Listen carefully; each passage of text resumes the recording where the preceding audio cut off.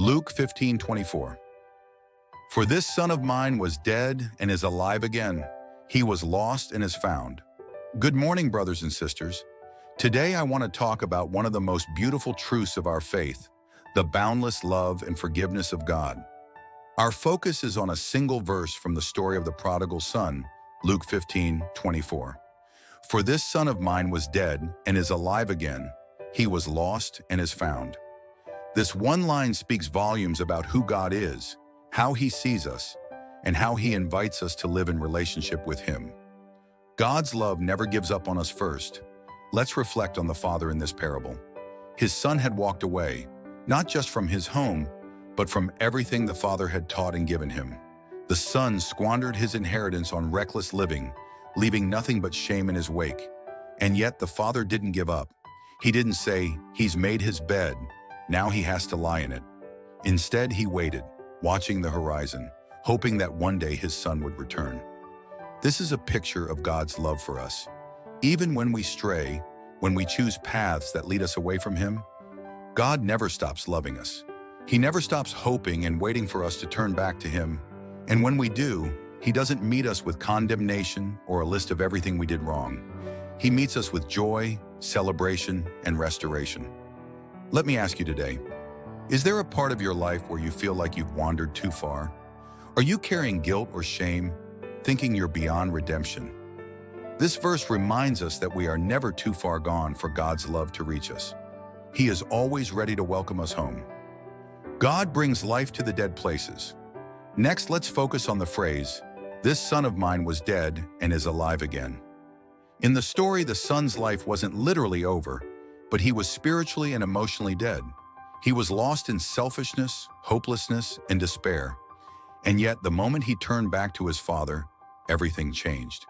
His life was restored, not just as a servant, as he feared, but as a beloved son. This speaks to us today. Are there places in your life that feel dead?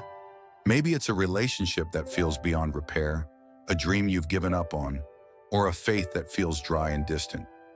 God is the one who can breathe life into those dead places. He restores, renews, and revives us when we turn back to him. Psalm 34:18 says, "The Lord is close to the brokenhearted and saves those who are crushed in spirit." God isn't afraid of our brokenness. In fact, that's where his power is most beautifully revealed. God calls us to extend grace to others. Finally, this parable isn't just about the love God shows us. It's about the love he calls us to show others. The father didn't just accept his son back. He ran to him, embraced him, and threw a celebration in his honor. It was a radical display of grace, one that defied the cultural norms of the time. How can we reflect that kind of love in our lives? Who in your life might feel lost, ashamed, or unworthy of forgiveness? Sometimes people around us are waiting for a sign that they are welcome, that they are loved, and that they are forgiven.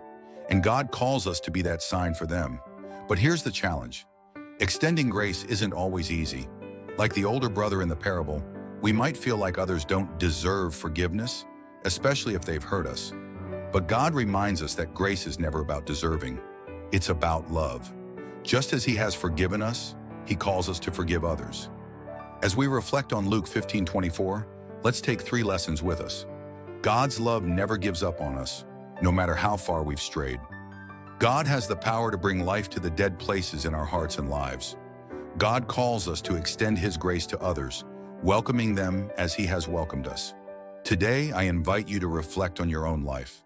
Are there places where you need to turn back to God? Do you need to let him breathe life into something that feels broken? And is there someone in your life who needs to know they are loved and forgiven?